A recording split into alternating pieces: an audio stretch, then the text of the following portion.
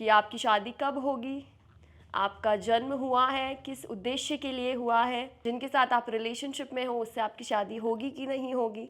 यहाँ पे जितनी लाइंस होती हैं उतने आपके कहीं ना कहीं लव अफेयर्स, ठीक है, रहेंगे।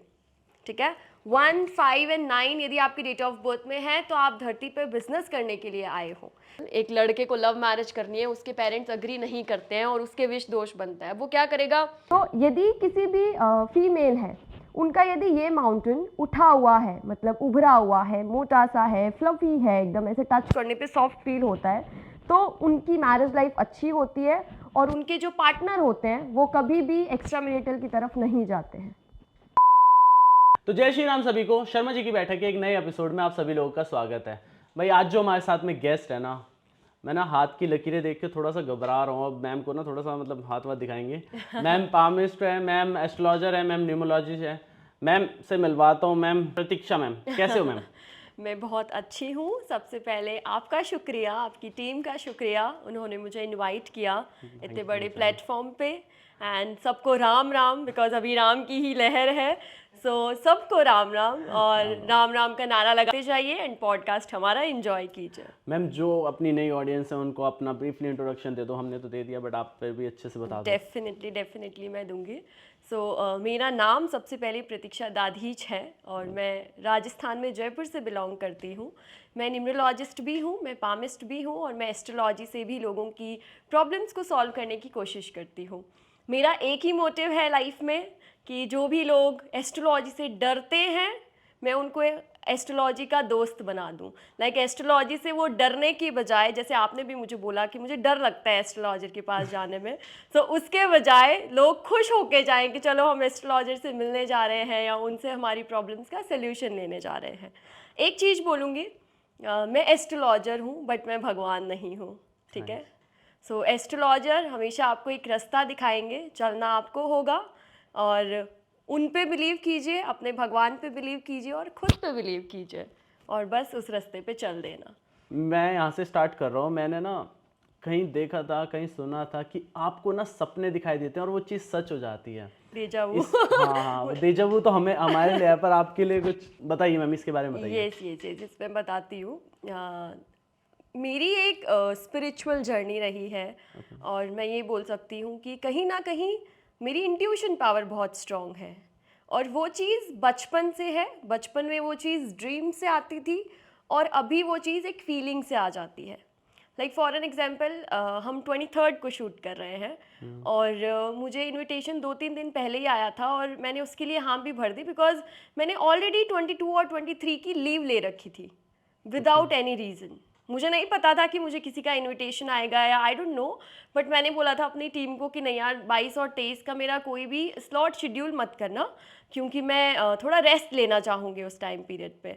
और जब भी मुझे कॉल आया और आई वाज लाइक चलो देखो मैंने कितने सही टाइम पे अपनी, बोलते हैं ना कि 2 लीव्स रख ली थी। और बचपन में भी बहुत सारे ऐसे इंसिडेंट्स हुए हैं मेरे साथ कि जो मैं ड्रीम्स में देख लेती थी वो रियल लाइफ में मुझे होते हुए दिख जाता था। लाइक मान लो मैं ड्रीम में किसी इंसान को प्रॉब्लम में देख रही हूँ तो मुझे पता चलता था कि 2-3 दिन बाद या तो उसे तेज फीवर हो गया, ठीक है, या फिर उसको बोलते हैं ना कि उसका कोई छोटा मोटा एक्सीडेंट हो गया एंड ऑल। एंड बहुत सी बार ऐसे भी हुए हैं कि हमारे फैमिली में जिनके मैं बहुत ज़्यादा क्लोज थी, जो बुज़ुर्ग थे, उनकी डेथ हुई है तो वो मेरे ड्रीम में आके मुझे एक रास्ता दिखाते हैं कि तुम ये करो या तुम वो करो और लाइफ में उसके बाद में मुझे कभी पीछे मुड़ के नहीं देखना पड़ता है। जस्ट एक सेकंड का एक वो बताऊंगी, एक टॉपिक बताऊंगी कि व्हेन आई वाज लाइक 17 और 18 ईयर ओल्ड, सो मेरे दादाजी, जो मेरे रियल दादाजी हैं जिनका नाम था गजानंद जी, सो वो मेरे ड्रीम्स में आए थे एंड 17 की एज थी उस वक्त मेरी ऑलमोस्ट। एंड उनकी डेथ हो चुकी थी और वो मेरे ड्रीम्स में आए थे एंड पता नहीं क्या ऐसा कुछ हुआ था, मुझे ड्रीम्स में पूरा नहीं याद कर पा रही हूँ, मैं जितना मेरे को याद है मैं बताती हूँ कि ऐसा कुछ था कि एक शादी का सेटअप हो रखा है वहाँ पे एंड मेरे दादाजी धोती और चोला पहनते थे, लाइक प्रॉपर राजस्थानी लुक, धोती चोला, वो वाला। सो हमारे किसी की वेडिंग थी और हम लड़कियां जैसे तैयार शैयार होके जाती हैं, तब तक मैं एस्ट्रोलॉजी अपने लाइफ में सिर्फ उतना ही करती थी कि स्कूल में टीचर को देख के बता दिया, उसने मेरे को एक्स्ट्रा मार्क्स दे दिया और मेरे अच्छे नंबर आ गए, दैट्स इट। वो उतना ही चलता था, या फ्रेंड्स ऑफ फ्रेंड्स में या दोस्तों के साथ। सो वो मेरे ड्रीम्स में आए एंड उस वक्त उन्होंने मुझे बोला कि बेटा इधर आओ, और उन्होंने मुझे ड्रीम्स में बोला था। और मैं पढ़ने में अच्छी थी, मैं हमेशा से बताती हूँ, तो उन्होंने मुझे बोला कि आओ बेटा, और अपनी पॉकेट से मुझे 100 रुपीज़ का नोट निकाल के दिया कि तुम ये पैसे रखो अपने पास और तुम आगे पढ़ना, ठीक है, तुम आगे पढ़ना लिखना और तुम कमाना ज़रूर, ठीक है। और हमारे जो राजस्थानी एक कल्चर है वहाँ पे अभी भी इतना ज़्यादा मतलब एक लड़कियों का एक वो होता है, पेरेंट्स भी उनके लिए थोड़े सॉफ्ट होते हैं कि भाई वो यदि अच्छे घर में शादी कर लेंगी तो वो बिना किसी फिनेंशियली प्रेशर के वो अपनी लाइफ को एंजॉय कर पाएगी। और मेरे घर में मतलब मेरे से जो बड़ी कजिन्स हैं या इवन मेरे से जो छोटी भी कजिन्स हैं, उनमें कोई भी वर्किंग नहीं है। और वो मेरे ड्रीम्स में आए, उन्होंने मुझे वो नोट दिया और उसके लाइक 5-10 डेज़ के बाद में ही मैंने एक स्कूल में पढ़ाना स्टार्ट कर दिया। वहाँ से मेरी इनकम जनरेट होने लग गई। तब से लेके और आज तक की एज में मैंने कभी भी फिनेंशियली कोई प्रॉब्लम नहीं देखी, टच वुड अगेन। सो यही वाली बात है कि ड्रीम्स में छोटी छोटी चीज़ें दिखती रहती है और वो मुझे लाइफ में गाइड करती रहती है। वो बचपन से था, मैंने बचपन की भी बहुत स्टोरीज बताई है, आप मेरे चैनल पे जाके देखना, वहाँ पे सब चीज़ें लगाई हुई है, पोस्ट की हुई है, आप ज़रूर देखना। और एक ही इंसिडेंट मैंने आपके भी पॉडकास्ट में बता दिया। मैम एक्यूरेट दिखती है या फिर कुछ? नहीं, कुछ घटनाएं एक्यूरेट दिखती है।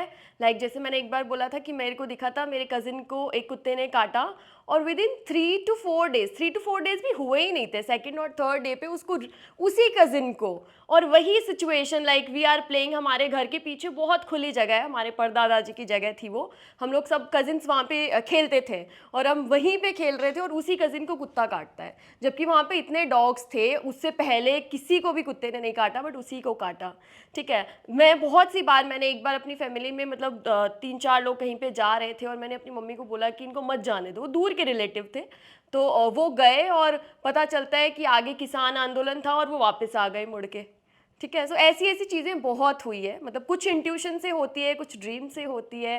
एंड आई कैन से कि एक स्पेशल भगवान का आशीर्वाद है या मैं उनसे कनेक्ट कर चुकी हूँ कि वो मुझे हर पाथ पे गाइड करते रहते हैं। मैम हाथ में किस किस टाइप की रेखाएं होती है ये?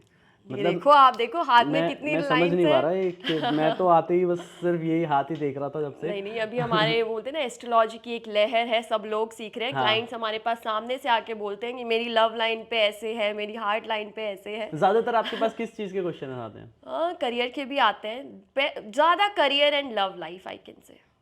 लोगों को एक तो बिकॉज मैं एक चीज़ नोटिस की है मैंने, आजकल हमारे पास 16-17 ईयर्स के बच्चे आते हैं और वो बोलते हैं कि हम कैसे कमाना शुरू करें, ठीक है, हम कैसे अपनी लाइफ को बेटर कर सकते हैं, जो चीज़ मुझे बहुत इंस्पायर करती है, ठीक है। क्योंकि मैं ऐसे तो नहीं बोलूँगी मैं ओल्ड जनरेशन की हूँ, बट मैं एक मिड जनरेशन की हूँ, तो कहीं ना कहीं हमारी उम्र में ऐसे होता था कि 23-24 साल तक हम कमाना कर देंगे, वो एक नॉर्मल सी चीज़ थी। लेकिन आजकल 16 साल का बच्चा भी ट्राई करता है कि वो अर्न करे कैसे भी करके, है ना।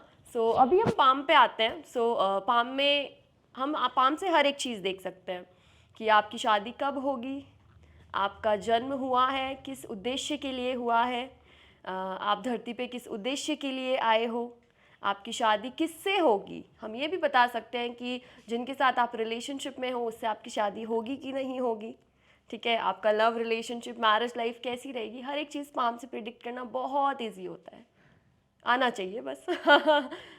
एक्स्ट्रा मैरिटल अफेयर जो होते हैं वो भी इसमें दिखते हैं? सब कुछ दिखता है, जैसे मैंने आपको बताया। और मैं लोगों के सामने से एक टॉपिक लाती हूँ पूरा कि मैरिज लाइफ, मैरिज कब होगी, एंड थर्ड थिंग कि मैरिज लाइफ आपकी कैसी रहेगी, because extra marital is all about कि मैरिज लाइफ खराब ही हो रही है उससे, ठीक है।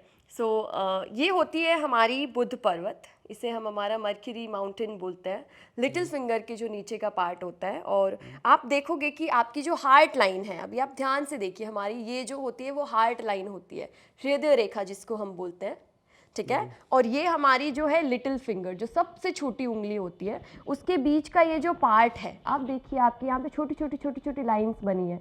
किसी के 1 होती है, किसी के 2 होती है, किसी के 5 होती है, किसी के 10 भी होती है, ठीक है। अब ये लाइंस यहाँ पे बहुत से लोग आते हैं जो बोलते हैं मैम यहाँ पे मेरी 3 लाइन है, क्या मेरी 3 विवाह होंगे?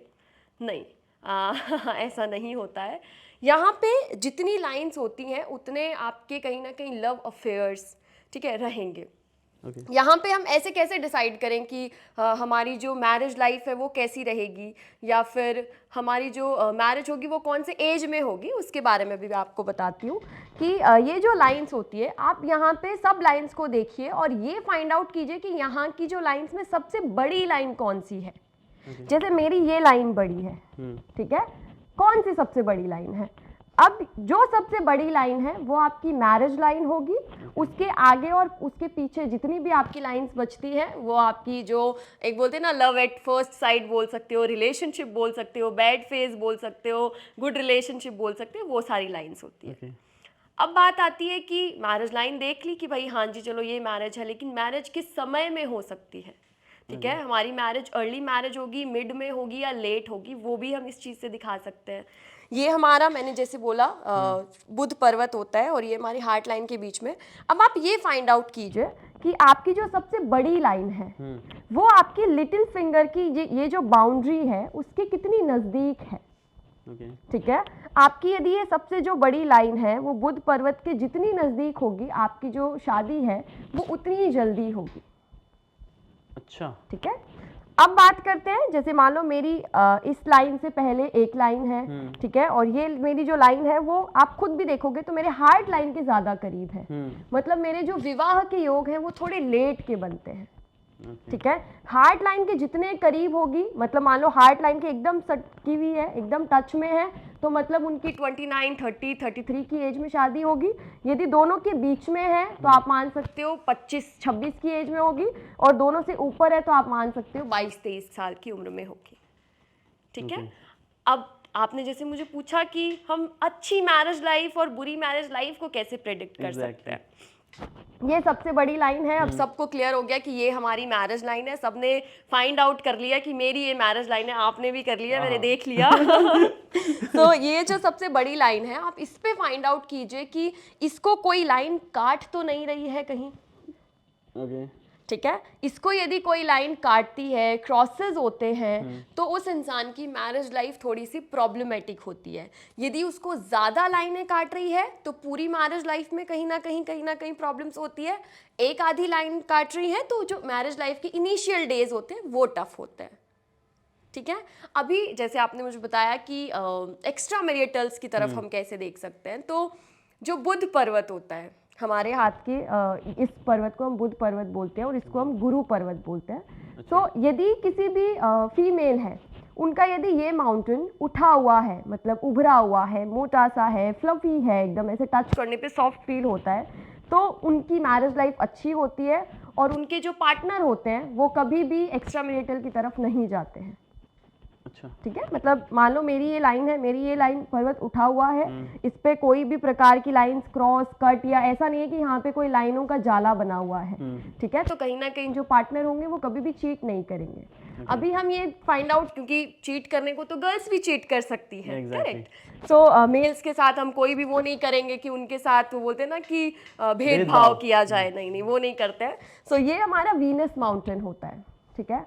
अभी मेल का ये जो वीनस माउंटेन है वो जितना उभरा हुआ होगा, जितना फ्लफी होगा, हाथ के टच से हमें पता लगेगा कि ये सॉफ्ट है कि हार्ड है, जितना फ्लफी होगा, जितना फील करने पे हमें एकदम बोलते हैं ना कि मुलायम और उठा हुआ हमें फील होगा, उतनी ही उनकी मैरिज लाइफ अच्छी होगी और उनके पार्टनर के जो चीट करने के चांसेस हैं उतने ही उनके कम होंगे। आपका मैंने देख लिया, बहुत अच्छा है, डोंट वरी, मैरिज लाइफ बहुत अच्छी है आपकी।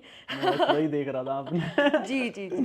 सो ये एक मैरिज कॉन्सेप्ट होता है और इससे हम ये भी डिसाइड कर सकते हैं कि एक्स्ट्रा मैरिटल होते हैं कि नहीं होते, या फिर मैरिज कब होगी, कैसे होगी, पाम से भी पता लग जाता है। अब यदि इसी चीज़ को मैं आपको न्यूमरोलॉजी की तरफ थोड़ा टर्न करके बताऊं कि हम न्यूमरोलॉजी में कैसे फाइंड आउट कर सकते हैं कि हमारी लव मैरिज होगी या नहीं होगी। आई थिंक ये सब लोगों के लिए बहुत इजी होगा देखना, क्योंकि अपनी डेट ऑफ बर्थ कोई भी लेके बैठ सकता है ना। आपको क्या करना है, सबसे पहले एक छोटा सा मैं होमवर्क सब वीडियो में करवाती हूँ और आपको भी करवा देती हूँ। आप अपनी birth date, for an example आप 19 लीजिए, 1 + 9 = 10, 1 + 0 = 1। ये जो आया आपका पर्सनैलिटी नंबर आया, ठीक है। आपको अपनी बर्थ डेट का सिर्फ टोटल करना है, आपको अपनी पर्सनैलिटी नंबर निकालना है, उसको अलग रखिए। फिर आप अपने पूरा जो डेट ऑफ बर्थ है उसके सब नंबर को टोटल करके एक सिंगल डिजिट पे ले आइए, ठीक है। उसको आप अलग कर दीजिए। फर्स्ट जो आपकी बर्थ डेट का टोटल था वो था आपका पर्सनैलिटी नंबर, और जो पूरी डेट ऑफ बर्थ का टोटल था वो आपका डेस्टिनी नंबर था। ओके, फॉर एन एग्जाम्पल 19, 10, 2000 का मैं एग्जाम्पल देती हूँ। तो 1 + 9 + 1 + 0 + 2 + 0 0 0, ठीक है। इसका हम जब टोटल करते हैं तो 13 आएगा, लेकिन हमें सिंगल डिजिट लाना है, तो 1 + 3 = 4। ये हो गया हमारा डेस्टिनी। तो सबको सबसे पहले आपका पर्सनैलिटी और डेस्टिनी नंबर कैलकुलेट करके रखना है, ये उनका होमवर्क है। फिर उनको जो जो डिफरेंट नंबर अपनी डेट ऑफ बर्थ में दिखते हैं, लाइक 1 भी दिखा, 2 भी दिखा, 10 में 1 आ गया, लाइक किसी का अप्रैल में हुआ है तो उसमें 4 आ गया, तो सब नंबर्स उनको लिख लेने हैं। आराम से देख लो मेरी डेट ऑफ बर्थ में ये नंबर आते हैं। अब मैं बताती हूँ कि आपके जो चार्ट में लव मैरिज के योग है या नहीं है। यंग जनरेशन और ज़्यादा शौक से देखेगी। सो यदि आपकी डेट ऑफ बर्थ में 4, 5 और 6 तीनों नंबर आते हैं, या फिर तीनों में से 2 नंबर आते हैं, तो आपकी लाइफ में कहीं ना कहीं लव मैरिज के योग हैं वो ज़्यादा बन जाते हैं, ठीक है।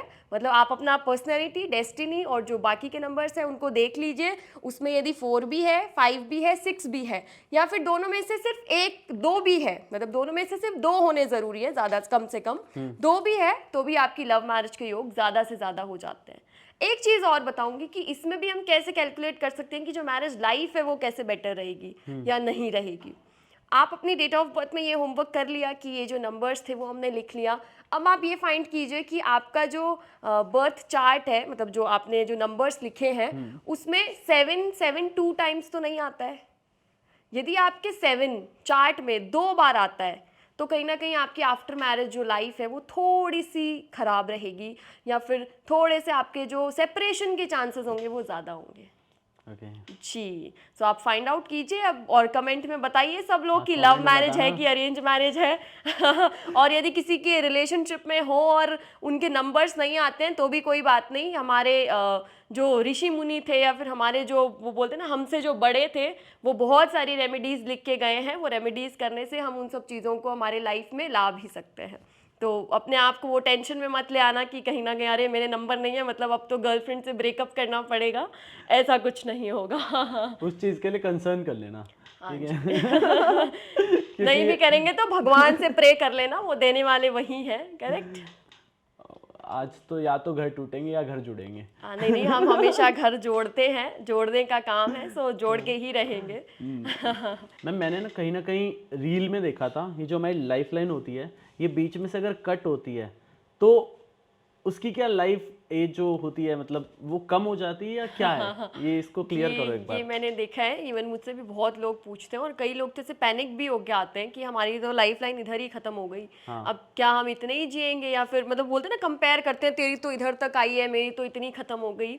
हाँ, ये कॉन्सेप्ट आपने बहुत अच्छा पूछा और मैं क्लियर भी करना चाहूँगी सब लोगों के सामने कि सी फर्स्ट ऑफ ऑल ये हमारी होती है लाइफ लाइन, ठीक है। ये हमारी होती है माइंड लाइन और ये हमारी होती है हार्ट लाइन। ओके, हमारी जब डेथ होती है तो क्या लाइक हमारी बॉडी काम करना बंद करती है, माइंड भी तो काम करना बंद करता है, हार्ट भी तो काम करना बंद करता है। यदि सिर्फ बॉडी काम करना बंद कर दे और माइंड और हार्ट चलता रह जाए, ऐसे थोड़ी ना होता है। तो जब भी हम किसी की लाइफ का जो एक बोलते हैं ना कि टाइम प्रिडिक्ट करते हैं, हम कभी बताते नहीं है किसी को कि आपकी एज कितनी है, ना ही मैं यहाँ वो तरीका बताऊंगी। लेकिन किसी की भी ये जो लाइफ लाइन है और वो बीच में कट हुई हुई है, बिल्कुल भी नहीं डरना। ऐसा नहीं है कि आपकी जो एज है वो कम है या कंपैरेटिवली आपके दोस्त से आपकी एज कम है या आप बहुत बीमार रहोगे। लाइफ का जो एक अंतराल चेक किया जाता है कि आपकी कितनी एज होगी, वो आपके सारे माउंटेन्स की कैलकुलेशन पे, हमारे हाथ में ये जो सारे माउंटेन्स होते हैं इनकी कैलकुलेशन पे, हमारे life line, heart line and mind line सबकी कैलकुलेशन से होता है। एक चीज़ की लाइफ लाइन कट गई मतलब अभी इस स्टेज में बस मौत हो गई, ये चीज़ कभी भी नहीं प्रिडिक्ट की जाती, बिकॉज जब हम मरते हैं तो हमारी आत्मा, हमारा दिमाग, हमारा हृदय और हमारा शरीर सब हमारे साथ जाता है, कोई भी चीज़ यहाँ छुटती नहीं है। करेक्ट। सो ये एक टॉपिक आपने बड़ा सही पूछा, तो लोगों को मैं बता देती हूँ ऐसा कुछ नहीं है, आपको भी डरने की ज़रूरत नहीं है। तीनों चारों चीज़ों को, सब चीज़ों को बोलते हैं ना, हर एक चीज़ को कोऑर्डिनेट करके और मैच करके हम ये प्रिडिक्ट करते हैं कि हाँ भी भाई इस टाइम से इनको हेल्थ इशू आने शुरू होंगे, या फिर इस एज पे मतलब इनका यहाँ लाइफ इनकी स्टॉप हो जाएगी। हाँ, ये हर किताब में लिखा है कि आप किसी भी अपने जो क्लाइंट हैं उनको उनकी एज मत बताओ, ये हमारे गुरुजी ने भी मना किया था और हम भी ये कभी नहीं करते, और ना ही मैं किसी को बताना चाहूँगी कि उसका राइट वे क्या होता है, क्योंकि वो थोड़ा सा नेगेटिव हो जाता है लोगों के लिए, है ना। आप सिर्फ ये जानो आपका करियर कैसा रहेगा, आप क्या करोगे, वही उतने तक सीमित रहो, वो बहुत अच्छा है आपके लिए। ग्रेजुअली मैम हमारी जो रेखाएं होती है वो धीरे धीरे गायब होती जाती है। देखो हमारे जो हाथ में ना कुछ परमानेंट लाइंस होती हैं, लाइक हमारी हार्ट लाइन, माइंड लाइन, ठीक है, हमारी लाइफ लाइन, लेकिन उसके अलावा कुछ छोटी छोटी लाइनें होती हैं जो हर 5-6 महीने से चेंज होती रहती है। अभी वो कैसे चेंज होती है? वो चेंज होती है हमारे कर्मों से। यदि आप अच्छे कर्म कर रहे हो, आपकी लाइंस अच्छी जगह पे जाएगी, या फिर आपकी लाइंस का जो तरीका है वो हम प्रिडिक्ट करके बता देंगे कि नहीं यार, इंसान पिछले 7-8 महीनों से बहुत सही ट्रैक पे है। आप यदि बुरे कर्म कर रहे हो, ठीक है, तो हम आपके हाथ को देख के बता देंगे कि कहीं ना कहीं ये इंसान कुछ गलत कर्म कर रहा है, या फिर वो इंसान बहुत ज़्यादा सोच रहा है अपनी चीज़ों को लेके, लाइक थॉट्स जो हैं वो बहुत ज़्यादा हैं और एक्शंस जो हैं वो बहुत कम है। वो हम हाथ को देख के ईजिली बता देते हैं। यदि आपकी हर एक लाइन स्टार्ट हो रही है और उसको कोई दूसरी लाइन काट रही है, मतलब जैसे कोई भी, लाइक ये यहाँ लाइन बनी कोई नई, उसको दूसरी ने काट दी, जो दूसरी बन रही है उसको तीसरी लाइन काट रही है, लाइक हाथ में एकदम जाले बने हुए हैं, हर जगह कट लगे हुए हैं, मतलब वो इंसान बहुत ज़्यादा सोच रहा है और उसके जो एक्शंस हैं वो बहुत कम है। ठीक है, मतलब जो उसको काम करना चाहिए वो तो वो 1% कर रहा है, और जो सोच रहा है वो 1000% सोच रहा है।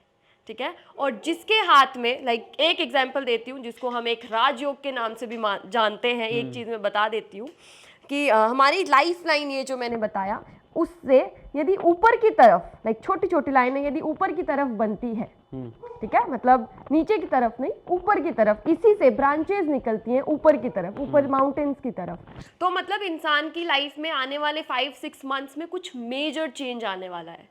मतलब इंसान अब क्विकली या तो एकदम पूरा सेटल हो जाएगा, फिनेंशियली सेटल हो जाएगा, पर्सनल लाइफ वाइज सेटल हो जाएगा, उसकी जो प्रॉब्लम्स थी उनका अंत और उनका जो एक फुल स्टॉप है वो आ जाएगा। ठीक है, मतलब उसकी लाइफ पूरी सेटल हो जाएगी, सडन गेन होने लग जाएंगे, जो वो काम पिछले 2-3 साल से ट्राई कर रहा था वो काम बनने लग जाएंगे, यदि उसकी लाइंस यहाँ की जो है वो ऊपर की तरफ जा रही है। लेकिन यही लाइंस यदि नीचे की तरफ आ रही है तो मतलब इंसान को अपने थॉट्स पे कंट्रोल करना होगा, थॉट्स पे फुल स्टॉप लगा के और उसे अपने एक्शंस पे लाना होगा।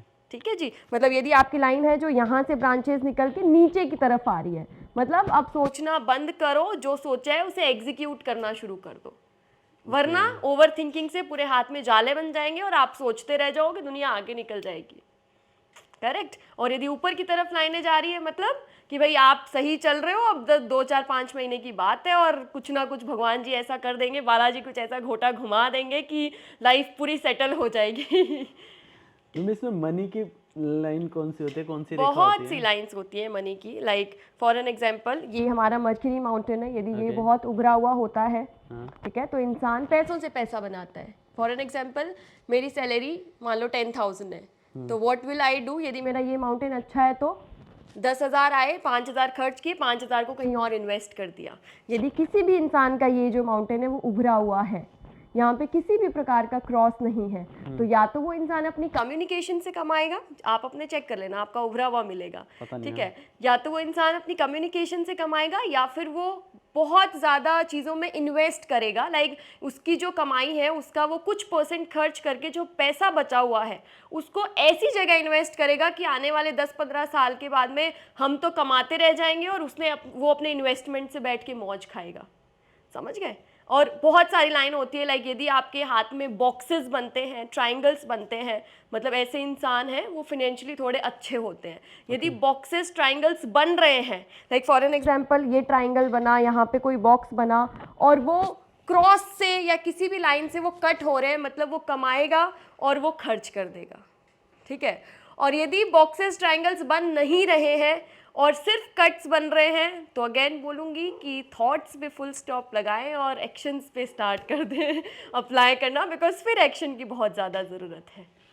मैम जैसे आप अभी बता रहे थे कि इन्वेस्ट हम शेयर मार्केट में भी कर सकते हैं, शेयर मार्केट किसी में भी इन्वेस्ट कर सकते हो, इसी से इन्वेस्टमेंट से, बिकॉज पाम लोगों के लिए थोड़ा सा मुश्किल हो जाता है देखना, क्योंकि कहीं ना कहीं लोगों के एक लाइन दूसरी लाइन को काट रही होगी, या लोगों को लगेगा अरे मेरे भी बहुत सारी लाइन्स हैं, जबकि हर लाइन का मतलब नेगेटिव या हर लाइन का मतलब पॉजिटिव नहीं होता है। मैं हमेशा बोलती हूँ पाम आप तब देखना स्टार्ट करो जब आपको एक हद तक नॉलेज हो जाए, ठीक है, बिकॉज पाम देखना it's not easy.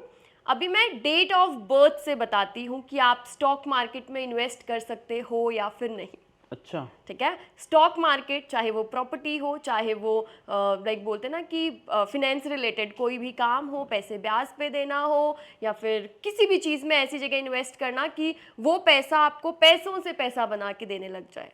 Again homework तैयार, डेट ऑफ बर्थ में पर्सनैलिटी और डेस्टिनी कैलकुलेट करना है और सारे नंबर्स लिख लेने हैं। और अब आप सारे नंबर्स लिखने के बाद में ये चेक कीजिए कि आपकी डेट ऑफ बर्थ में 3, 4 और 5 तीनों नंबर हैं या नहीं। यदि आपकी डेट ऑफ बर्थ में 3, 4, 5 तीनों नंबर हैं, तो ऐसे लोगों के बेसिक नेचर में रहेगा कि भाई इधर इन्वेस्ट करते हैं, क्रिप्टो में इन्वेस्ट करते हैं, इस चीज़ में इन्वेस्ट करते हैं।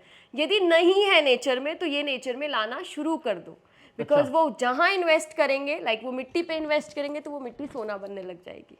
सही समय पे सही टाइम पे इन्वेस्ट करना ज़रूरी है, लेकिन वो चीज़ बहुत ज़्यादा उनको बेनिफिट देगी। जैसे राकेश झुंझुनूवाला, ठीक है, वॉरेन बफेट, उन दोनों के चार्ट में ये योग बनता है। मैंने उन दोनों की डेट ऑफ बर्थ देखी और उन दोनों के चार्ट में ये योग बनता है, ठीक है जी। सो आप भी देख सकते हो, आप देखिए यदि योग बनता है और तीनों नहीं है और यदि 2 भी है, तो एक मॉडरेट वे में, like for an example 1-2% of salary आप इन्वेस्ट करना स्टार्ट कर दो, ठीक है। और यदि तीनों ही नहीं है तो फिर प्रॉपर गाइडेंस लो और फिर इन्वेस्ट करो कि हाँ चलो कर सकते हैं या नहीं, बट फिर अच्छा सीधे नहीं हाथ भी है तो भी गाइडेंस लेके कर सकते हैं। हाँ, क्योंकि मान लो आपका दशा सही है, महादशा सही है, आपके पाम में एकदम सही है, वो नंबर्स मिसिंग है कोई बात नहीं, बट उस नंबर्स को हम रेमेडीज से आपकी लाइफ में इन्वॉल्व कर सकते हैं। अच्छा, इसी बात से मुझे एक चीज़ और याद आई, मैं आपको बताती हूँ। आप क्रिकेट खेलते हो, क्रिकेट देखते हो या खेलते हो? कभी कभी। ठीक है, हार्दिक पांड्या को आपने नोटिस किया है, आई डोंट नो किसी ने किया है कि नहीं किया है। उनके गले में एक 33 नंबर का पेंडेंट है, ठीक है, आप अभी गूगल कर लो हार्दिक पांड्या 33 नंबर पेंडेंट। जब आप उनकी न्यूमरोलॉजिकली जो वैल्यू निकाल लो, आप उनके चार्ट में देखो तो उनके चार्ट में 6 नहीं आता है। अभी 6 क्या है, 6 को इतना लोग क्यों पूछते हैं? 6 नंबर होता है शुक्र का नंबर, वीनस का नंबर। ये जो लाइटिंग्स है, ये जो नेम है, ये जो फेम है, ये जो बैठे बैठे कंफर्ट इंजॉय करना है, या फिर अपनी फील्ड में एक नाम पाना या फिर एक नाम मिलना, नेम फेम मिलना, वो हमें नंबर 6 से मिलता है, शुक्र देवता से मिलता है। अभी उनके चार्ट में नंबर 6 नहीं था और वो उन्होंने डिसाइड किया कि उनको क्रिकेट खेलना है। उनके चार्ट में जो फायर एलिमेंट वाले प्लेनेट थे वो बहुत थे, तो वो क्रिकेट की फील्ड में आ गए, ठीक है। अब क्या हुआ कि उनको वो नेम फेम नहीं मिला जो उनको मिलना चाहिए था, तो किसी न्यूमरोलॉजिस्ट के सजेशन से उन्होंने अपने गले में 33 नंबर का पेंडेंट पहना। 33 नंबर के जो नंबर होता है उसे हम कुबेर का नंबर भी बोलते हैं, उसे हम कुबेर नंबर के नाम से भी जानते हैं।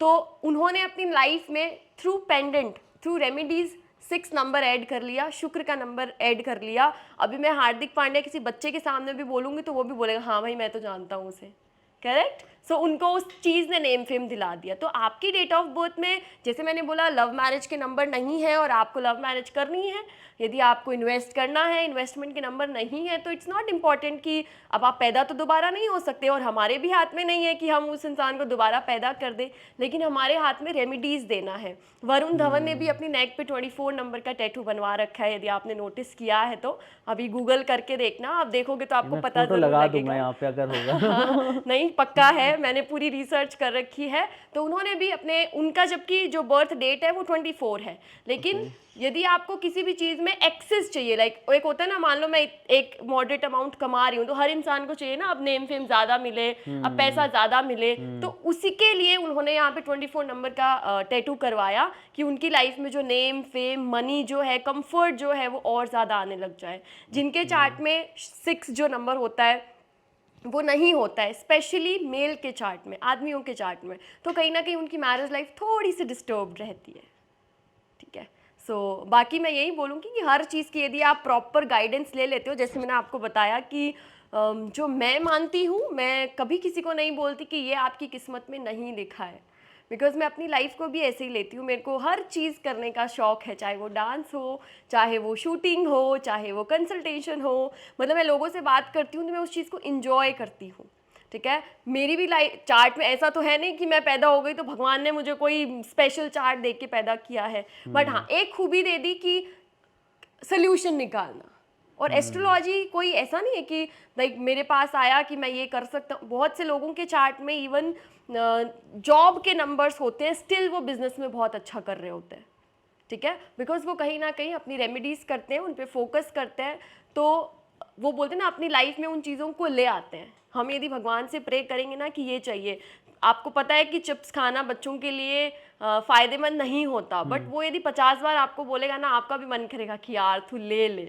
वही तो भगवान है। भगवान क्या करते हैं, हे भगवान जी ये चाहिए, भगवान जी मुझे ये चाहिए। मैनिफेस्टेशन किसको बोलते हैं? हम बोलते हैं कि अरे आप मैनिफेस्ट करो, लोग कोड देख के मैनिफेस्ट करें। अरे भगवान के सामने हाथ जोड़ के मांगो, भगवान मुझे ये चाहिए, ये चाहिए। एक बार नहीं दे रहे 10 बार मांगो, 10 बार नहीं दे रहे 50 बार मांगो। हम उनके बच्चे हैं, वो भी ये बोलेंगे कि चल तू ले ले, कितना चाहिए, ये ले ले, वो ले ले। तो उन पे विश्वास करना ज़रूरी है। Back to back. बट जैसे आपने बताया जॉब में, मैम जॉब और बिजनेस में इसके बारे में कुछ बताओ कि इसके बारे में कौन सी रेखा होती है, और न्यूमरोलॉजी में अगेन मैं बोलूँगी, मैं रेखाओं के बारे में नहीं बताऊंगी, क्योंकि कहीं ना कहीं रेखाओं से लोग कंफ्यूज हो जाएंगे। ठीक है, वो सही रास्ते पे जाने के बजाय वो गलत रास्ते पे जाएंगे, जो मैं बिल्कुल नहीं चाहती।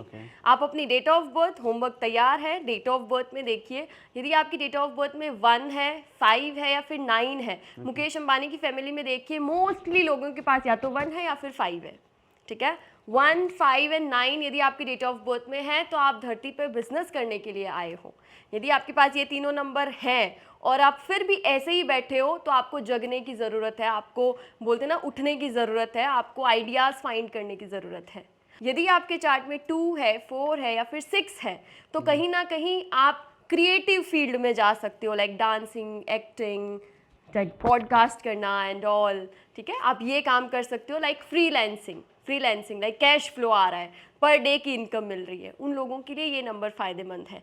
8 नंबर वालों के लिए थोड़ा सा जॉब फील्ड है, वो उनको बहुत फ़ायदा देती है। लेकिन मैं ये नहीं बोलूँगी कि सिर्फ आपके पास 8 है तो आप जॉब ही करो। जो 8 है, आप बिजनेस करना चाहते हो तो अपने जो बिजनेस वाले प्लेनेट हैं उनको कहीं ना कहीं एक्टिव करो। जैसे कि हम मरकरी एक्टिव कर सकते हैं, हम सन को एक्टिव कर सकते हैं, मार्स को एक्टिव कर सकते हैं। एक्टिव कैसे करते हैं? जैसे हार्दिक पांड्या ने पेंडेंट पहना, बहुत सारे तरीके होते हैं। आप टैटूज से कर सकते हो, टैटू आप किसी से कंसल्ट करके देख लो आपके लिए कौन सा नंबर लकी है, उसका टैटू करवा लो। उसके कलर के कपड़े ज़्यादा से ज़्यादा पहनने लग जाओ, अपने रूम का कलर उसके अकॉर्डिंग कर लो, खाने में वो चीज़ें ज़्यादा इंक्लूड करने लग जाओ। बहुत छोटी छोटी रेमेडी है, कोई ज़रूरी नहीं है सुबह लाइक माला लेके राहु की माला कर रहे हो, इसकी माला कर रहे हो, वो ज़रूरी नहीं है। यदि आप अपने इन्वायरमेंट को अकॉर्डिंगली रखते हो तो आपकी लाइफ अच्छे वे में, प्रॉपर वे में चलने लग जाती है।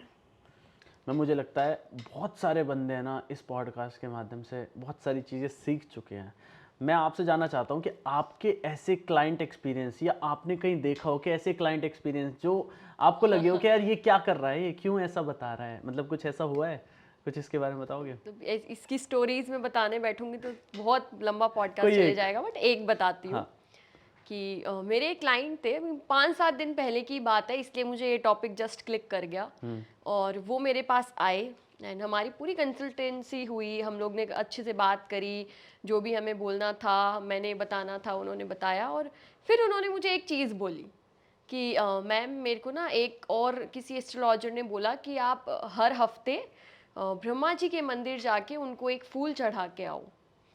तो मैंने बोला, फिर मैंने सोचा कि हो सकता है वो जहाँ ब्रह्मा जी का मंदिर है वहीं पे होंगे। तो मैंने बोला आप कहाँ रहते हो जी? तो उन्होंने मेरे को बोला कि मैं तो बॉम्बे से हूँ। मैंने बोला आप बॉम्बे से हो? तो मैंने बोला आपने उन एस्ट्रोलॉजर को बताया कि आप बॉम्बे से बिलोंग करते हो?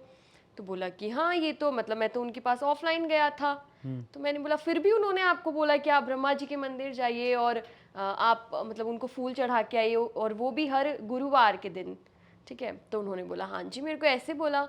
तो मैंने उनको बताया कि देखिए हमारे पूरे भारत में, पूरे विश्व में ब्रह्मा जी का जो मंदिर है वो सिर्फ एक ही है, ठीक है? उसके पीछे की भी स्टोरी है कि वो ब्रह्मा जी का मंदिर सिर्फ एक जगह ही क्यों है। और उन्होंने बोला मैम ऐसा है? मैंने बोला आप गूगल पे सर्च कीजिए। उन्होंने मेरे सामने गूगल पे सर्च किया और उन्होंने बोला मैम यार ये तो हमें पता ही नहीं था, और लिटरली उन्होंने मुझे बोला। तो मैंने बोला अब ये आपके लिए पॉसिबल थोड़ी, आप हर हफ्ते फ्लाइट लेके आए ब्रह्मा जी को फूल चढ़ाएं, ब्रह्मा जी भी बोलेंगे कि बेटा यार तू अपने घर पे चढ़ा ले, मैं अपने आप मान लूंगा। सो वही वाली बात है, ये बहुत मेरे लिए मतलब ये बहुत ज़्यादा ऐसा एक्सपीरियंस था कि ऐसे कैसे बोल सकते हो आप। मतलब मंदिर और बहुत है बट ब्रह्मा जी का मंदिर तो सिर्फ एक ही है धरती पे, करेक्ट? सो ये बड़ा ये इंटरेस्टिंग बहुत सारे काइंड बंदों को अभी भी एक्सपीरियंस। नहीं पता होगा कहाँ पर है। चलो आपने बोला है, आपने ये टॉपिक को बोलते ना हल्की सी फायर लगाई है, तो मैं इसको आगे लेके जाती हूँ। ब्रह्मा जी का जो मंदिर है पूरे विश्व में, पूरे भारत में सिर्फ एक ही मंदिर है, ठीक है? आप जानते हो वो कहाँ है? नहीं मैम। हमारे राजस्थान में वो एक पुष्कर नामक जगह है, पुष्कर नाम है जगह का।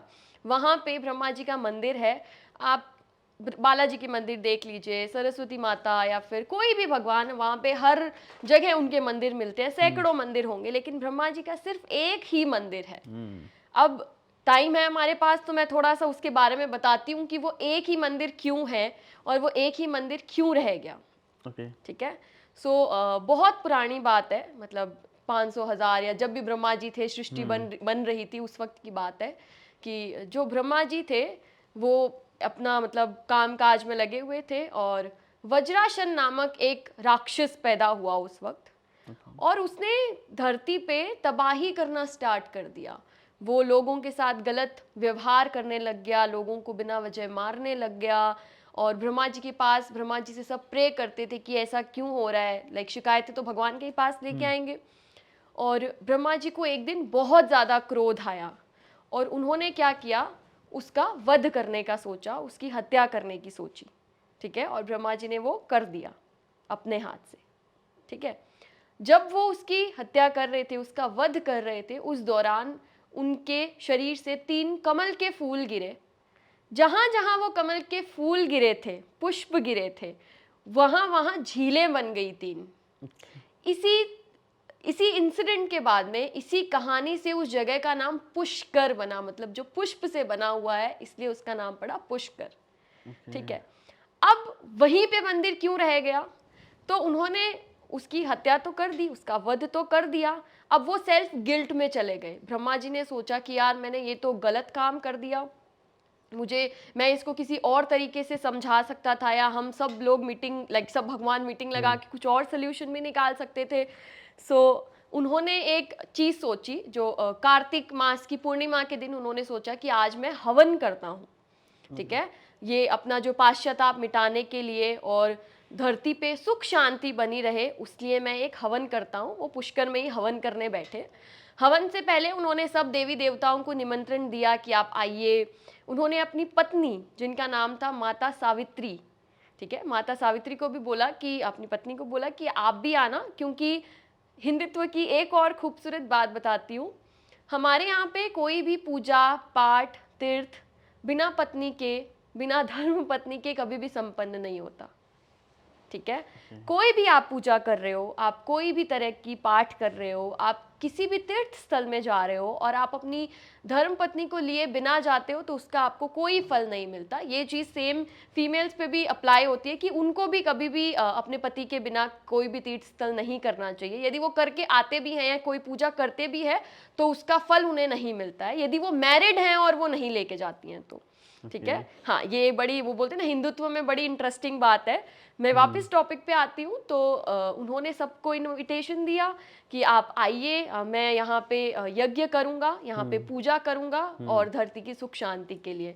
वहाँ पे सब भगवान पधारे, लक्ष्मी जी पधारी, सरस्वती जी आए, विष्णु जी आए, ठीक है, महादेव जी आए, सब आए। लेकिन जो उनकी पत्नी थी सावित्री जी, उनको आने में थोड़ी देर हो गई। ठीक है, उनको आने में थोड़ा लेट हो गया। लेकिन पूर्णिमा निकल रही थी और उनको यज्ञ उसी दिन शुरू करना था। उन्होंने सोचा क्या सल्यूशन निकालें, तो ब्रह्मा जी और विष्णु जी ने मिलके एक सल्यूशन निकाला कि उन्होंने वहाँ की ही कोई एक गुज्जर समाज की, एक गुज्जर समुदाय की एक लड़की थी, एक कन्या थी जिनका नाम था गायत्री, उनसे शादी कर ली।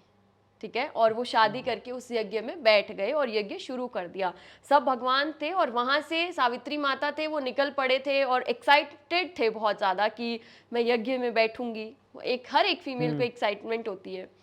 जब वो वहाँ पहुँचे, उन्होंने देखा सब भगवान हैं, लेकिन मेरे जो पति परमेश्वर है या मेरे जो पति देव हैं, वो किसी और कन्या के साथ, वो किसी और औरत के साथ यज्ञ कर रहे हैं। आप खुद सोचो, एज अ फीमेल, लाइक मैं भी सोच रही हूँ तो मुझे भी गुस्सा आ रहा है ना। उनको इतना क्रोध आया, इतना क्रोध आया कि ब्रह्मा जी की जो वाइफ थी सावित्री देवी, माता सावित्री, उन्होंने उनको श्राप दिया कि आपकी पूजा पूरे धरती पे कोई भी नहीं करेगा, आपका मंदिर पूरी धरती पे कहीं पे भी नहीं बनेगा, आपको कोई भी नहीं पूजेगा। वो इतने क्रोध में थे, इतने क्रोध में थे कि उन्होंने पहले शब्द ये लिख दिए और ये कह दिए। फिर जो महादेव जी थे, माता थी सरस्वती माता, लक्ष्मी माता और विष्णु जी थे, उन्होंने उनको समझाया सावित्री माता को कि आप समझने की कोशिश करो। तब उन्होंने वो एक सेटलमेंट किया कि कोई बात नहीं, तुम्हें पूजेंगे, बट सिर्फ इसी जगह पुष्कर में ही तुम्हारा एक ही मंदिर होगा। इसके अलावा किसी ने भी धरती पे यदि ब्रह्मा जी का मंदिर बनाने की कोशिश करी कहीं पे भी पूरे विश्व में, तो वहाँ विनाश हो जाएगा, कुछ ना कुछ ऐसे हो जाएगा कि हमारी धरती तबाही की तरफ बढ़ जाएगी। तब से पुष्कर में ही वो मंदिर बना हुआ है और वहाँ पे लोग जाते हैं। वहाँ पे कमल के फूल बहुत मिलते हैं। ब्रह्मा जी को कमल के फूल बहुत प्यारे होते हैं। यदि आप कभी भी जाते हो, बहुत सुंदर जगह है, मैं काफ़ी बार जाके आई हूँ, राजस्थान में ही है, मैं विजिट करती रहती हूँ। आप ट्राई कीजिए, आप कभी भी ब्रह्मा जी के मंदिर जाते हो पुष्कर में, आप उनको एक कमल का फूल अर्पित कर दीजिए। ठीक है, 2 फूल लेके जाइए, एक उनको चढ़ाइए, एक अपने हाथ में लेके अपने घर ले आइए, लॉकर में रख दीजिए, मंदिर में रख दीजिए। मैं तो बोल रही हूँ आपके लाइफ के सारी चीज़ें, सिर्फ फाइनेंशियल नहीं, finance related, business related, wife से कोई प्रॉब्लम है या हस्बैंड से कोई प्रॉब्लम है, सारी चीज़ें सॉल्व हो जाएंगी। अच्छा। अब इसी दौरान क्या हुआ कि जो सरस्वती माता थे, उनको भी एक बात खटकी कि ब्रह्मा जी ने तो गलती की तो की, कोई बात नहीं, बट विष्णु जी ने भी तो उनका साथ दिया। मतलब वो दोनों दोस्त थे, उन्होंने भी तो बोला कि हाँ भाई तू कर ले चल। वो रोक सकते थे कि ब्रह्मा जी ऐसे मत करो, ठीक है, गाइडेंस दे सकते थे, दोस्त का एक दोस्त पे इतना हक होता है, या फिर वो गाइडेंस देते तो शायद वो चीज़ नहीं करते। तो सरस्वती जी ने विष्णु जी को भी एक श्राप दे दिया उसी हीट ऑफ द मोमेंट पे, कि विष्णु जी को अपनी बीवी से, अपनी पत्नी से विरह में रहना पड़ेगा। मतलब उनको अपनी बीवी से थोड़ा दूर रहना पड़ेगा, पत्नी से एक समय अंतराल के लिए थोड़ा दूर रहना पड़ेगा। अच्छा। तो विष्णु जी के जो मानव अवतार थे, जो श्री राम जी थे, उनको क्या हुआ, राजा थे, फिर भी 14 वर्ष के वनवास गए, और जाते ही जब अपनी नगरी कुटिया बनाई कि यहाँ मैं अपनी धर्म पत्नी के साथ रहूंगा, और वहीं सीता जी का हरण हो जाता है। ये कहानी ये शुरू कहाँ से हुई? अपनी पत्नी को, अपनी धर्म पत्नी को चीट करने से। दोनों को ही क्या चीजें नहीं मिली, ये भी आप ध्यान से सुनना। जो बोलते हैं ना मटेरियलिस्टिक चीजें, राम जी जो थे वो राजा होके भी वनवास में रहे, वन में रहे, ठीक है, और जो ब्रह्मा जी है उनका भी जो मंदिर रहा वो सिर्फ एक ही रहा। वरना उनके भी आज जगह जगह पे मंदिर होते हैं। तो आपके पॉडकास्ट से यही बोलना चाहूँगी, कोई भी अपनी धर्म पत्नी को या धर्म पत्नी भी अपने पति परमेश्वर को यदि चीट करते हैं तो ये मत करना कभी भी, ये चीज़ थोड़ी गलत हो सकती है। जो भगवान थे जिन्होंने सृष्टि बनाई वो भी इस चीज़ के श्राप से नहीं बच पाए, तो हम तो क्या चीज़ हैं। यदि आपकी लाइफ में आपको गेन्स चाहिए, आपको सुख शांति चाहिए, तो हस्बैंड वाइफ का जो बॉन्ड है वो स्ट्रॉन्ग बना के रखना, ठीक है। जय श्री राम। एंड अभी भी देखो हर मंदिर बहुत इजीली बन गया, श्री राम जी के मंदिर बनने में कितनी बाधाएं आई, 500 साल, है ना, मतलब कितने इयर्स लगे, फिर भी दंगे हुए, मतलब एक मंदिर ही तो बनना था, ठीक है, फिर भी इतनी चीजें आई।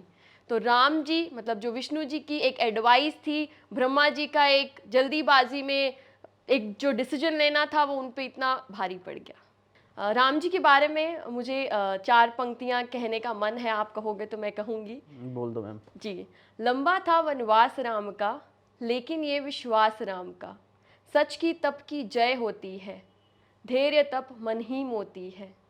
आती है बाधाएं आए, जितना रोके और डराए, जिसने व्रत संकल्प लिया है, आंधी में भी जला दिया है। मतलब जिसने यदि तप कर लिया, तपस्या कर ली, पेशेंस रख लिया, धैर्य रख लिया, तो चाहे कितनी भी आंधी आए, कितना भी कुछ हो, राम मंदिर जैसे बन गया, इतना बड़ा, मतलब बोलते ना कि इतनी चीजें होने के बाद, इतना पेशेंस रखने के बाद, इतनी तपस्या करने के बाद में उनका मंदिर बन गया, इतना बड़ा विशाल मंदिर बन गया। तो हम यदि हमारी लाइफ में इन सब चीज़ों से सीखते हैं, तो यदि हम भी हमारी लाइफ में एक पेशेंस रखते हैं, हार्डवर्क करते हैं, तो हमारी लाइफ में सब कुछ हो सकता है। जैसे आपने मुझे बोला कि एस्ट्रोलॉजर की ज़रूरत है एक ह्यूमन इंसान को अपनी लाइफ में या फिर नहीं, तो वही बोलूँगी, आपको यदि एस्ट्रोलॉजर की ज़रूरत नहीं है, कोई ज़रूरी नहीं आपको कंसल्ट करना, लेकिन वो 3 चीज़ें याद रख लेना कि तप करना पड़ेगा, धैर्य रखना पड़ेगा, फिर आपको रिजल्ट मिलेगा। मैम दोष के बारे में और बता दो, जैसे आपने इतनी सारी चीजें बता दी है, तो दोष से बड़े लोग घबराते हैं, हाँ, बड़े लोग बहुत डरते बहुत हैं, घबराते मैंने बहुत हैं। देखा कौन है। कौन से दोष होते हैं वो तो बताओ। बहुत से दोष बनते हैं, दो काल बता दो सर्प जरा। दोष बनता है। हाँ चलो, अभी मैंने काल सर्प दोष के बारे में काफी चर्चा कर चुकी हूँ, तो मैं आज बात करती हूँ एक विष दोष के बारे में, ठीक है। ये कैसा दोष? विष दोष मतलब ऐसे सुन के तो हाँ, जहरीला सा जहरीला। दोष आया कि कोई जहर हो जाएगा बॉडी में या पता नहीं क्या। अभी क्या होता है कि 2 प्लेनेट है, एक शनि है और एक चंद्रमा है, Okay. ठीक है। ये दोनों किसी की भी कुंडली के अंदर एक साथ आ जाएं, एक घर में बैठ जाएं, Okay. ठीक है, एक घर में बैठ गए तो वो विष दोष बना देते हैं। अभी मार्केट में इसका ऐसा हुआ है कि विष दोष बन गया मतलब इस इंसान का करियर खराब, इस इंसान की मैरिज लाइफ खराब, इस इंसान का मतलब ऐसे वो इंसान ये फील करता है कि मैं इस धरती पे पैदा ही क्यों हुआ, भगवान ने मेरे साथ ऐसा क्या किया कि मैं मतलब मेरे को विष दोष दे के पैदा कर दिया, ठीक है। अच्छा। अब इसका एक लॉजिकल रीजन आप ढूंढने की कोशिश करो। देखो जब जब आप शनि की बात करते हो, शनि आपको प्रैक्टिकल थॉट्स देता है। जब जब आप चंद्रमा की बात करते हो वो आपको इमोशनल थॉट्स देता है, ठीक है। प्रैक्टिकलिटी और इमोशनल जो फीलिंग है वो कभी भी एक लाइन में नहीं आ सकती। ऐसे लोगों को मेरे एक्सपीरियंस के अनुसार मैंने सिर्फ एक ही प्रॉब्लम देखी है, that is decision making power. वो समझ नहीं पाते कि उनको अपने करियर के लिए आउट ऑफ कंट्री जाना चाहिए, उनको पता है, लेकिन वो इमोशनल हो जाते हैं कि मैं अपने माँ बाप से दूर कैसे हो सकता हूँ, तो वो लटक गए और वो बोलते हैं मेरा करियर खराब है। अरे करियर खराब नहीं है, ये एक चीज़ खराब है, इसे फिगर आउट करना है, इसे हम कैसे सही कर सकते हैं, इसे सही कर लेंगे तो तुम डिसीजन ले लोगे। किसी इंसान ने सोचना है कि फॉर एन एग्जाम्पल एक लड़के को लव मैरिज करनी है, उसके पेरेंट्स अग्री नहीं करते हैं और उसके विष दोष बनता है, वो क्या करेगा, लड़की से प्यार है, प्यार को कैसे छोड़ूं, माँ बाप ने भी पैदा किया है, उसे भी उन्हें भी कैसे छोड़ूं, या फिर उनको कैसे बोल दूं कि नहीं मैं तो इसी से शादी करूंगा। तो वो दोनों जगह में डिसीजन नहीं ले पाया। और इंसान सबसे ज्यादा दुखी तभी होता है जब वो 2 रास्तों के बीच में होता है। यदि वो एक तरफ चला जाए ना तो सिर्फ एक तरफ के दुख होते हैं, ठीक है। डिसीजन मेकिंग पावर वीक हो जाती है, इसका सिर्फ एक ही है। बाकी ऐसे लोगों में मैंने इंटेलिजेंस ही बहुत देखी है। ऐसे लोग ओवर थिंकिंग करने की उनको आदत होती है, तो वही ओवर थिंकिंग यदि आप पॉजिटिव तरीके से कर लो तो आप क्या कुछ नहीं कर सकते हो। हम्म। मेरे जो क्रिएटिव टीम है हमारी, उनमें मैं तो देखती रहती हूँ, टीम वाले तो सब दिखाते हैं ना, हमारा फ़ायदा पूरा उठाते हैं। तो उनमें ही एक लड़के हैं, मेरे से छोटे हैं काफ़ी, मैं उनको भाई मानती हूँ। सो उनके विश दोष बनता है, पहले वो भी ऐसे ही थे, विश दोष है मतलब अब तो ज़िंदगी बर्बाद। लेकिन जितने क्रिएटिव आइडियाज़ वो निकाल सकते हैं ना कि मैम आप इस एंगल में शूट करो या आप ये कर सकते हो, उतना कोई नहीं दे सकता हमें। तो मतलब क्वालिटीज भी है ना। नाम हम देखो, आपका नाम हनी है, आपको पहचानने के लिए, अभी हम हनी बोलेंगे आप पहचान जाओगे कि मैं हूँ। मेरे को आप बोलोगे प्रतीक्षा, मैं पहचान जाऊंगी, कोई भी इंसान नहीं आएगा कि भाई मैं प्रतीक्षा हूँ, क्योंकि प्रतीक्षा मैं हूँ। ये एक पहचानने के लिए नाम दे दिया कि भाई विष दोष, मतलब आप इससे पहचान जाओ कि आपके शनि। और अब दोष के नाम तो थोड़े डेंजरस रखेंगे ना, अब जिन्होंने रखा है उनमें इतना फाइंड कर लिया तो उनमें दिमाग तो है ही कि कुछ ऐसा इंटरेस्टिंग नाम रखें कि लोगों को सुन के ही पता लग जाए विष, तो वो समझ जाएंगे विष मतलब दोष ही है, योग तो नहीं हो सकता कि विष योग होता है। करेक्ट। तो एक और दोष के बारे में मैं बात बताती हूँ, क्योंकि ये भी मेरा क्लाइंट स्टोरी से ही कुछ रिलेटेड है। जैसे कि पितृ होते हैं हमारे घर में, हाँ। है ना, आप भी जानते होंगे पितृ मतलब जिनकी डेथ हो गई और वो कहीं ना कहीं अच्छे प्लेस पे हैं। लोगों की कुंडली में एक पितृ दोष नाम का भी दोष पाया जाता है।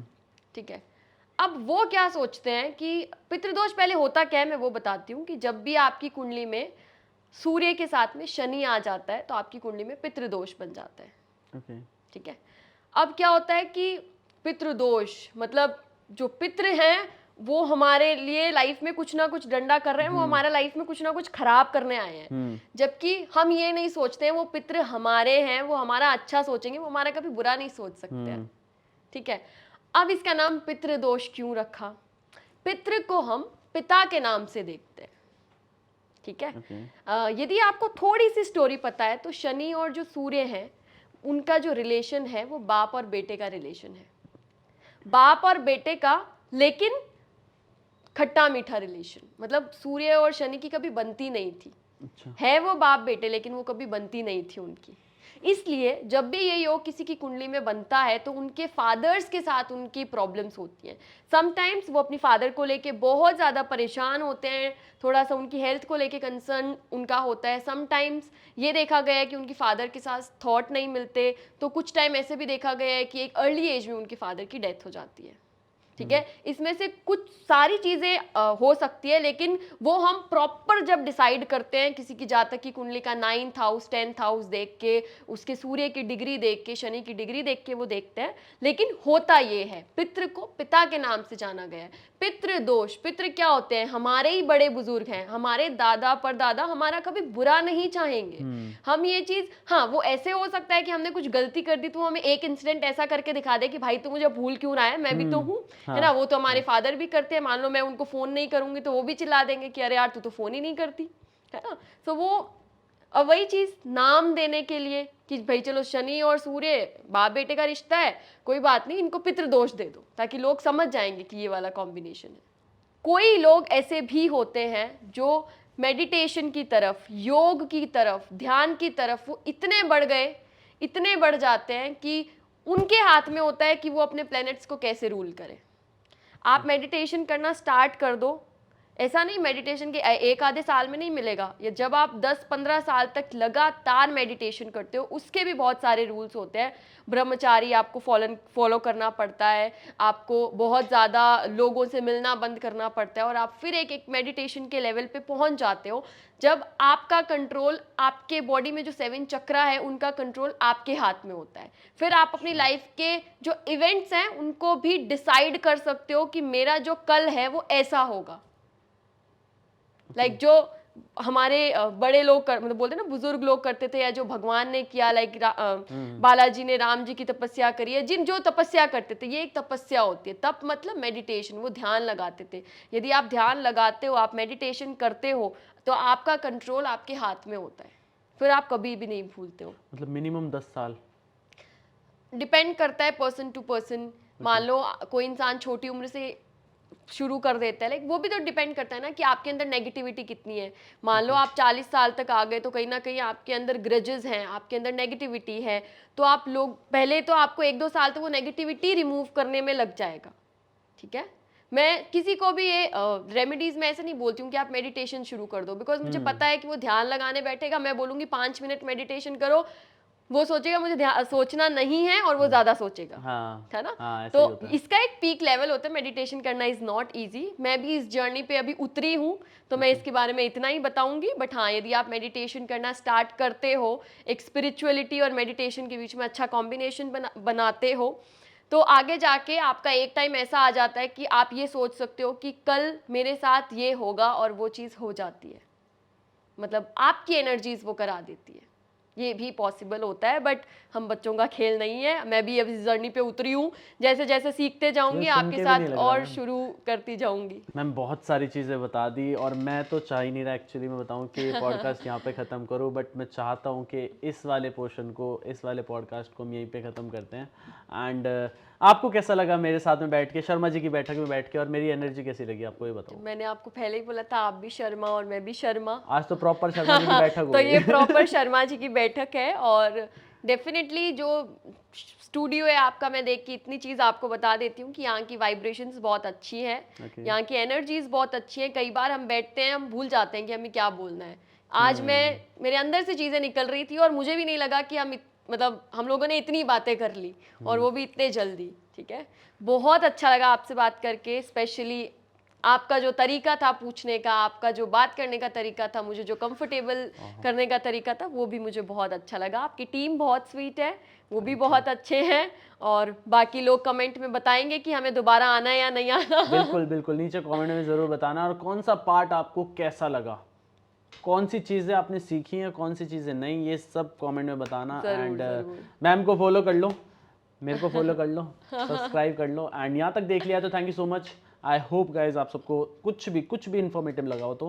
And thank you so much ma'am, thank you so यहाँ पे मच, बैठ थैंक के यू सो हमारे मच। शर्मा जी की बैठक में बैठ के मेरे को बहुत मज़े आए, बहुत सारी चीज़ सीखी। Thank you. चलो तालियां।